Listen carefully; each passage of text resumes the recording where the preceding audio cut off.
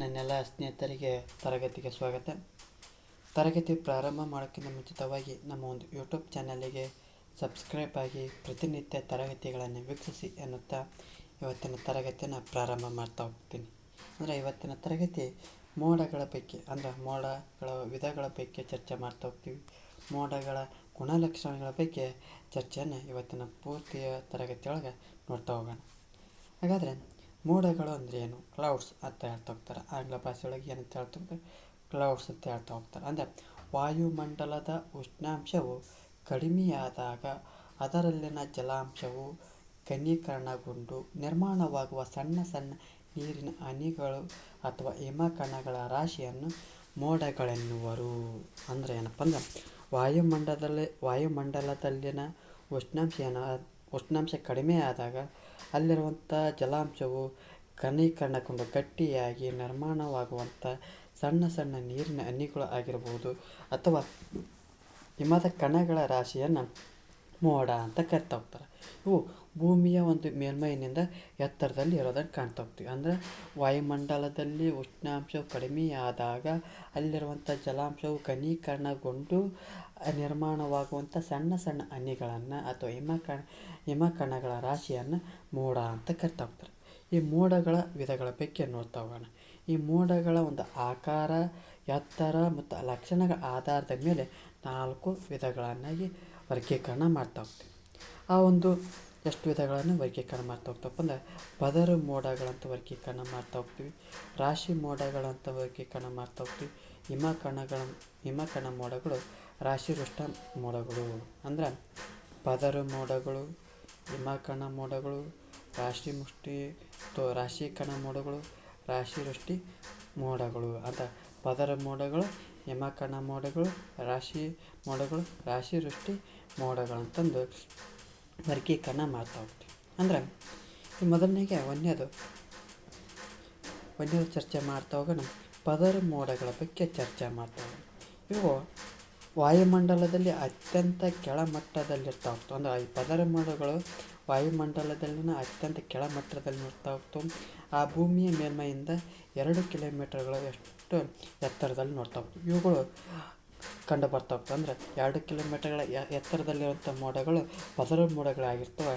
ಇವುಗಳು ತೆಳುವಾದ ಹಾಳೆ ಅಥವಾ ವಿಸ್ತಾರವಾದ ಪದರಗಳಂತೆ ಕಾಣ್ತಾ ಹೋಗ್ತವೆ. ಇವು ಪದರ ಮೋಡಗಳು ಉತ್ತಮ ಹವಾಮಾನಕ್ಕೆ ಸಹಕಾರಿಯಾಗಿರೋದನ್ನು ಕಾಣ್ತಾ ಹೋಗ್ತೀವಿ. ಅಂದರೆ ಈ ಪದರ ಮೋಡಗಳು ಯಾವ ರೀತಿ ಇರ್ತಪ್ಪ, ನೀಳವಾದ ಹಾಳೆ ರೀತಿಯಲ್ಲಿ ಇರೋದನ್ನು ಕಾಣ್ತಾ ಹೋಗ್ತೀವಿ. ಈ ಒಂದು ಮೋಡಗಳು ಆ ಭೂಮಿಯಿಂದ 2 ಕಿಲೋಮೀಟರ್ಗಳ ಎತ್ತರದಲ್ಲಿ ಇರೋದನ್ನು ಕಾಣ್ತಾ ಹೋಗ್ತೀವಿ. ಇವು ಆ ಒಂದು ಹಾಳೆಯ ರೀತಿಯಲ್ಲಿ ಇರೋದ್ರಿಂದ ಇವುಗಳನ್ನು ಪದರ ಮೋಡಗಳು ಅಂತಂದು ಕರಿತಾ ಹೋಗ್ತೀವಿ. ಮತ್ತೆ ಮುಂದುವರೆದು ನೋಡ್ತಾ ಹೋಗೋಣ. ರಾಶಿ ಮೋಡಗಳಂದರೆ ಕ್ಯುಮಾಲಿಸ್ ಕ್ಲೌಡ್ಸ್ ಅಂತ ಕರಿತಾ ಹೋಗ್ತಾರೆ. ಈ ರಾಶಿ ಮೋಡಗಳು ಊರ್ಧ್ವಮುಖವಾಗಿ ಬೆಳೆದಿತ್ತು. ಇದರ ಮೇಲೆ ಗೋಪುರ ಬಾಗಿರುವುದರಿಂದ ಹೂಕೋಸಿನ ರಚನೆಯನ್ನು ಹೋಲ್ತಾ ಹೋಗ್ತವೆ. ಅಂದರೆ ಈ ರಾಶಿ ಮೋಡಗಳು ಹೆಂಗಿರ್ತಾವಪ್ಪ ಅಂದ್ರೆ ಊರ್ಧ್ವಮುಖವಾಗಿ ದೊಡ್ಡ ರೀತಿಯಾಗಿ ಬೆಳೆದು ಇದರ ಮೇಲೆ ಗೋಪುರ ಬಾಗಿರೋ ರೀತಿಯಲ್ಲಿ ಕಾಣ್ತವೆ. ಅಂದರೆ ಹೂಕೋಸಿನ ರಚನೆಯನ್ನು ಕಾಣ್ತಾ ಹೋಗ್ತೀವಿ. ಇವುಗಳು ಮಳೆ ತರುವ ಮೋಡಗಳು ಆಗಿರೋದನ್ನು ಕಾಣ್ತಾ ಹೋಗ್ತೀವಿ. ಯಾವ ಒಂದು ಮಳೆ ತರುವಂಥ ಮೋಡಗಳು ಕಾಣ್ತವೆ? ರಾಶಿ ಮೋಡಗಳು. ಈ ಮೋಡಗಳು ಉಣ್ಣೆಯ ಗುಡ್ಡೆಯಂತೆ ಕಂಡು ಬರುವುದರಿಂದ ಇವುಗಳನ್ನು ಉಣ್ಣೆಯ ಗುಡ್ಡೆ ಅಂತಂದು ಕರಿತಾ ಹೋಗ್ತಾರೆ. ಇವುಗಳು ಬಿಳಿಯ ಬಣ್ಣದಿಂದ ಕಪ್ಪು ಬಣ್ಣದವರು ಕಂಡು ಬರ್ತಾ ಹೋಗ್ತವೆ. ಈ ಒಂದು ಮೋಡಗಳು ಸಂಪೂರಿತವಾದಂಥ ಮಳೆಗಳನ್ನು ತರಿಸ್ತಾ ಹೋಗ್ತವೆ. ಅಂದ್ರೆ ಏನಪ್ಪ ಅಂದ್ರೆ ಈ ರಾಶಿ ಮೋಡಗಳು ಏನು ಮಾಡ್ತಾ ಹೋಗ್ತಪ್ಪ ಅಂದ್ರೆ ಊರ್ಧ್ವಮುಖವಾಗಿ ಈ ರೀತಿಯಾದಂಥ ಮೋಡಗಳು ಕಾಣ್ತಾ ಹೋಗ್ತೀವಿ. ಆ ಮೇಲಕ್ಕೆ ಅದು ಗೋಪುರ ಬಾಗಿದಂತೆ ಕಾಣ್ತಾ ಹೋಗ್ತೀವಿ. ಇವನ್ನೇನು ಮಾಡ್ತಾ ಹೋಗ್ತಾರಪ್ಪ ಅಂದ್ರೆ ಆ ಉಣ್ಣೆಯ ಗುಡ್ಡೆ ಅಂತ ಕರಿತಾ ಹೋಗ್ತಾರೆ. ಏನಂತ ಕರಿತಾ ಹೋಗ್ತಾರೆ? ಉಣ್ಣೆಯ ಗುಡ್ಡೆ ಅಂತ ಕರಿತಾ ಹೋಗ್ತಾರೆ. ಮತ್ತು ಆ ಹೂಕೋಸಿನ ರೀತಿಯಲ್ಲಿ ಕಾಣ್ತಾ ಹೋಗ್ತೀವಿ. ಈ ಒಂದು ಮೋಡಗಳು ಅತ್ಯಂತ ಸಂಪೂರಿತವಾದಂಥ ಮಳೆಯನ್ನು ಕಾಣ್ತಾ ಹೋಗ್ತೀವಿ. ಈ ಬಿಳಿಯ ಬಣ್ಣದಿಂದ ಹಿಡಿದು ಆ ಕಪ್ಪು ಬಣ್ಣವರೆಗೂ ಈ ಒಂದು ಮೋಡಗಳು ರಚನೆ ಆಗಿರೋದನ್ನು ಕಾಣ್ತಾ ಹೋಗ್ತೀವಿ. ಈ ಒಂದು ಮೋಡಗಳು ಅತ್ಯಂತ ಸಂಪೂರಿತವಾದಂಥ ಮಳೆಯನ್ನು ತರ್ತಾ ಹೋಗ್ತವೆ. ಜೊತೆಗೆ ನಂತರದಲ್ಲಿ ನೋಡ್ತಾ ಹೋಗೋಣ. ಹಿಮಕಣ ಮೋಡಗಳು, ಸಿರಸ್ ಕ್ಲೌಡ್ಸ್ ಅಂತ ಕರಿತಾ ಹೋಗ್ತೀವಿ. ಇವುಗಳು ವಾಯುಮಂಡಲದಲ್ಲಿ ಅತಿ ಹೆಚ್ಚು ಎತ್ತರದಲ್ಲಿ ಅಂದರೆ 6 ಕಿಲೋಮೀಟರ್ಗಳಿಗಿಂತ ಮೇಲೆ ಇರೋದನ್ನು ಕಾಣ್ತಾ ಹೋಗ್ತೀವಿ. 2 ಕಿಲೋಮೀಟ್ರ್ ಒಳಗೆ ಪದರ ಮೋಡಗಳನ್ನ ಕಾಣ್ತಾ ಹೋಗ್ತೀವಿ. ನಂತರದಲ್ಲಿ ರಾಶಿ ಮೋಡಗಳನ್ನ ಕಾಣ್ತಾ ಹೋಗ್ತೀವಿ. ರಾಶಿ ಮೋಡಗಳು ಉಣ್ಣೆಯ ಗುಡ್ಡೆ ಅಂತ ಕರಿತಾ ಹೋಗ್ತಾರೆ. ಜೊತೆಗೆ ಈ ಒಂದು ಮೋಡಗಳು ಸಂಪೂರಿತ ಮಳೆಯನ್ನು ತರ್ತವೆ. ಅದೇ ರೀತಿ ಹಿಮಕಣ ಮೋಡಗಳು ವಾಯುಮಂಡಲದಲ್ಲಿನೇ ಅತ್ಯಂತ ಎತ್ತರದಲ್ಲಿ ಕಾಣ್ತಾ ಹೋಗ್ತೀವಿ. 6 ಕಿಲೋಮೀಟರ್ನಲ್ಲಿ ಅಷ್ಟು ಎತ್ತರದಲ್ಲಿ ನೋಡ್ತಾ ಹೋಗ್ತೀವಿ. ಈ ಒಂದು ಮೋಡಗಳನ್ನು ಗುಂಗರ ಕೂದಲು ಅಂತ ಕರಿತಾ ಹೋಗ್ತೀವಿ. ಜೊತೆಗೆ ಆ ರೆಕ್ಕೆ ಅಥವಾ ಗುಂಗರು ಹೋಲುವಂಥ ರೆಕ್ಕೆ ಅಥವಾ ನಾರನ್ನು ಹೊಂದಿರ್ತವೆ. ಇದು ಹಿತಕರವಾದಂಥ ಹವಾಮಾನ ಸ್ಥಿತಿಯನ್ನು ಸೂಚಿಸ್ತಾ ಹೋಗ್ತೈತಿ. ಹಾಗೆ ಈ ಮೋಡಗಳಲ್ಲಿ ಪ್ರಕಾಶಮಾನವಾಗಿ ಸೂರ್ಯ ಬೆಳಗ್ತಾ ಇರ್ತಾನೆ. ಈ ಗಾಳಿಯಲ್ಲಿ ಈ ಮೋಡಗಳು ಹಿಂಜಿದ ಅರಳಿಯಂತೆ ತೇಲ್ತಾ ಇರ್ತವೆ. ಇವುಗಳ ಜನಪ್ರಿಯ ಹೆಸರು ಕುದುರೆ ಬಾಲ ಅಂತಂತ ಕರಿತಾ ಹೋಗ್ತಾರೆ. ಅಂದರೆ ಏನಪ್ಪ ಅಂದ್ರೆ ಈ ಒಂದು ಮೋಡಗಳು ಎಲ್ಲಿ ಕಂಡು ಬರ್ತಾ ಹೋಗ್ತಾವಪ್ಪ ಅಂದ್ರೆ ಭೂಮಿಯಿಂದ 6 ಕಿಲೋಮೀಟರ್ ಎತ್ತರದಲ್ಲಿ ಕಾಣ್ತಾ ಹೋಗ್ತೀವಿ. ಈ ಒಂದು ಮೋಡಗಳು ಆ ಒಂದು ಕುದುರೆಯ ಬಾಲ ರೀತಿಯಲ್ಲಿ ಕಾಣ್ತಾ ಹೋಗ್ತೀವಿ. ಜೊತೆ ಈ ಒಂದು ಮೋಡದ ಮೂಲಕ ಸೂರ್ಯನ ಅತ್ಯಂತ ಪ್ರಕಾಶಮಾನವಾಗಿ ಕಾಣ್ತಾ ಹೋಗ್ತಾನೆ. ಜೊತೆಗೆ ಆ ಸಣ್ಣ ಸಣ್ಣ ಉಂಡೆಗಳಿರೋ ಗುಂಪುಗಳಿಂದ ಕೊಡ್ತಾ ಹೋಗ್ತವೆ. ಜೊತೆಗೆ ಈ ಒಂದು ಮೋಡಗಳು ಏನಪ್ಪ ಅಂದ್ರೆ ಪ್ರಕಾಶಮಾನವಾಗಿ ಕಾಣ್ತಾ ಹೋಗ್ತೀವಿ. ಜೊತೆಗೆ ಇವುಗಳನ್ನು ಗುಂಗರ ಕೂದಲು ಅಂತಂದು ಕರಿತಾ ಹೋಗ್ತೀವಿ. ಮತ್ತು ನಂತರದಲ್ಲಿ ನೋಡ್ತಾ ಹೋಗೋಣ ರಾಶಿ ವೃಷ್ಟಿ ಮೋಡಗಳು, ನಿಂಬಸ್ ಕ್ಲೌಡ್ಸ್ ಅಂತ ಕರಿತಾ ಹೋಗ್ತೀವಿ. ಈ ಮೋಡಗಳು ಮಳೆ ತರುವ ಮೋಡಗಳಾಗಿದ್ದು ಅತ್ಯಂತ ಕೆಳಮಟ್ಟದಲ್ಲಿರೋದನ್ನು ಕಾಣ್ತಾ ಹೋಗ್ತೀವಿ.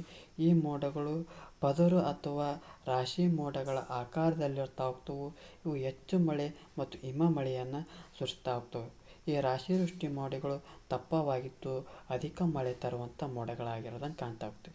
ಇಲ್ಲಿ ರಾಶಿ ಮೋಡಗಳನ್ನು ಕಾಣ್ತಾ ಹೋಗ್ತೀವಿ, ರಾಶಿ ವೃಷ್ಟಿ ಮೋಡಗಳನ್ನು ಕಾಣ್ತಾ ಹೋಗ್ತೀವಿ. ಇಲ್ಲಿ ಮಳೆಗಳನ್ನು ಕಾಣ್ತಾ ಹೋಗ್ತೀವಿ, ಇಲ್ಲಿ ಮಳೆಗಳನ್ನು ಕಾಣ್ತಾ ಹೋಗ್ತೀವಿ. ಅಂದರೆ ಅತ್ಯಂತ ಸಂಪೂರಿತವಾದಂಥ ಮಳೆಯನ್ನು ಈ ಒಂದು ಮೋಡಗಳು ತರ್ತಾ ಹೋಗ್ತವೆ.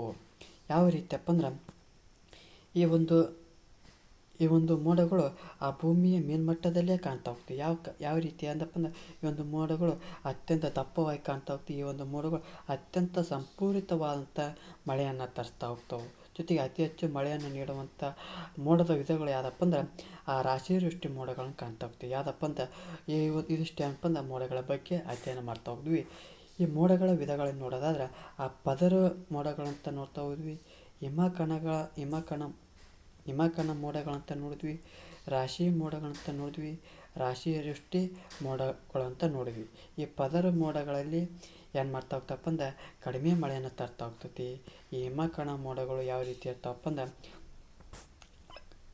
ಕ್ಷಮೆಯಲ್ಲಿ ಆ ಹಿಮಕಣ ಮೋಡಗಳು ಯಾವ ರೀತಿ ಇರ್ತಾವಪ್ಪ ಅಂದ್ರೆ ಎತ್ತರವಾದಂಥ ಪ್ರದೇಶದಲ್ಲಿ ಇರ್ತಾ ಹೋಗ್ತವೆ. ಜೊತೆಗೆ ಆ ರಾಶಿ ಮೋಡಗಳು ಯಾವ ರೀತಿ ಇರ್ತಪ್ಪ ಅಂದ್ರೆ ಆ ಗುಂಗರಿ ಇದೆ ಹೂಕೋಸಿನ ರೀತಿಯಲ್ಲಿರ್ತವೆ. ರಾಶಿ ವೃಷ್ಟಿ ಮೋಡಗಳು ಭೂಮಿಯ ಒಂದು ಹತ್ತಿರದಲ್ಲಿ ಇರ್ತಾ ಹೋಗ್ತವೆ. ಈ ರೀತಿಯಾದಂಥ ಮೋಡಗಳ ಬಗ್ಗೆ ನೋಡ್ತಾ ಹೋದ್ವಿ. ಈ ಒಂದು ಪದರ ಮೋಡಗಳು, ಹಿಮಕಣಗಳ ಮೋಡಗಳು, ರಾಶಿ ಮೋಡಗಳು, ರಾಶಿ ವೃಷ್ಟಿ ಮೋಡಗಳು, ಇದು ಮೋಡಗಳ ಬಗ್ಗೆ ಸಂಪೂರ್ಣವಾದಂಥ ಮಾಹಿತಿಯನ್ನು ತಿಳ್ಕೊಂಡು ಈ ಒಂದು ತರಗತಿ ಇಷ್ಟ ಆಗಿತ್ತಪ್ಪ ಅಂದ್ರೆ ನಮ್ಮ ಒಂದು ಚಾನಲಿಗೆ ಸಬ್ಸ್ಕ್ರೈಬ್ ಆಗಿ ಅಂತ ಕೇಳ್ಕೊಳುತ್ತಾ, ಜೊತೆಗೆ ಇನ್ನೊಂದು ಪಾಯಿಂಟ್ ಬಿಟ್ಟು ಸಣ್ಣ ಪಾಯಿಂಟ್ ಕ್ಷಮೆಯರಲ್ಲಿ ಈ ಒಂದು ಆರ್ದ್ರತೆ ಅಂದರೆ ಏನಪ್ಪ ವಾಯುವಿನಲ್ಲಿರುವಂಥ ನೀರಾವಿ ಅಥವಾ ತೇವಾಂಶದ ಪ್ರಮಾಣವನ್ನು ಆರ್ದ್ರತೆ ಅಂತ ಕರಿತಾ ಹೋಗ್ತಾರೆ. ಅಂದ್ರೆ ವಾಯುವಿನಲ್ಲಿರುವಂಥ ತೇವಾಂಶದ ಪ್ರಮಾಣವನ್ನು ಆರ್ದ್ರತೆ ಅಂತ ಕರಿತಾ ಹೋಗ್ತಾರೆ. ಆರ್ದ್ರತೆಯನ್ನು ಅಳೆಯಲು ಯಾವ ಒಂದು ಉಪಕರಣ ಬಳಸ್ತಾ ಹೋಗ್ತಾರಪ್ಪ ಅಂದ್ರೆ ಆರ್ದ್ರತಾ ಮಾಪಕ ಅಂತ ಬಳಸ್ತಾ ಹೋಗ್ತಾರೆ. ಇದನ್ನು ಇಂಗ್ಲೀಷ್ನೊಳಗೆ ಐಕ್ರೋಮೀಟರ್ ಅಥವಾ ಸೈಕ್ರೋಮೀಟರ್ ಅಂತ ಕರಿತಾ ಹೋಗ್ತಾರೆ. ಐಕ್ರೋಮೀಟರ್ ಅಥವಾ ಸೈಕ್ರೋಮೀಟರ್ ಆರ್ದ್ರತೆ ಅಳೆಯುವಂಥ ಒಂದು ಮಾಪಕವನ್ನು ಐಕ್ರೋಮೀಟರ್ ಮತ್ತು ಸೈಕ್ರೋಮೀಟರ್ ಅಂತ ಕರಿತಾ ಹೋಗ್ತಾರೆ. ಈ ಒಂದು ತರಗತಿ ಇಷ್ಟ ಆಗಿದ್ದರೆ ಖಂಡಿತವಾಗಿ ಲೈಕ್ ಮಾಡಿ, ಇಲ್ಲದಿದ್ದರೆ ಡಿಸ್ಲೈಕ್ ಮಾಡಿ. ಏನಾದರೂ ದೋಷಗಳು ಮತ್ತು ನಿಮ್ಮ ಒಂದು ಅಭಿಪ್ರಾಯಗಳನ್ನು ಈ ಒಂದು ಕಮೆಂಟ್ ಬಾಕ್ಸ್ನ ಮೂಲಕ ತಿಳಿಸಿ ಅನ್ನುತ್ತಾ ಈ ಒಂದು ತರಗತಿಗಳನ್ನು ಮುಗಿಸ್ತಾ ಇದ್ದೀನಿ. ಧನ್ಯವಾದಗಳು.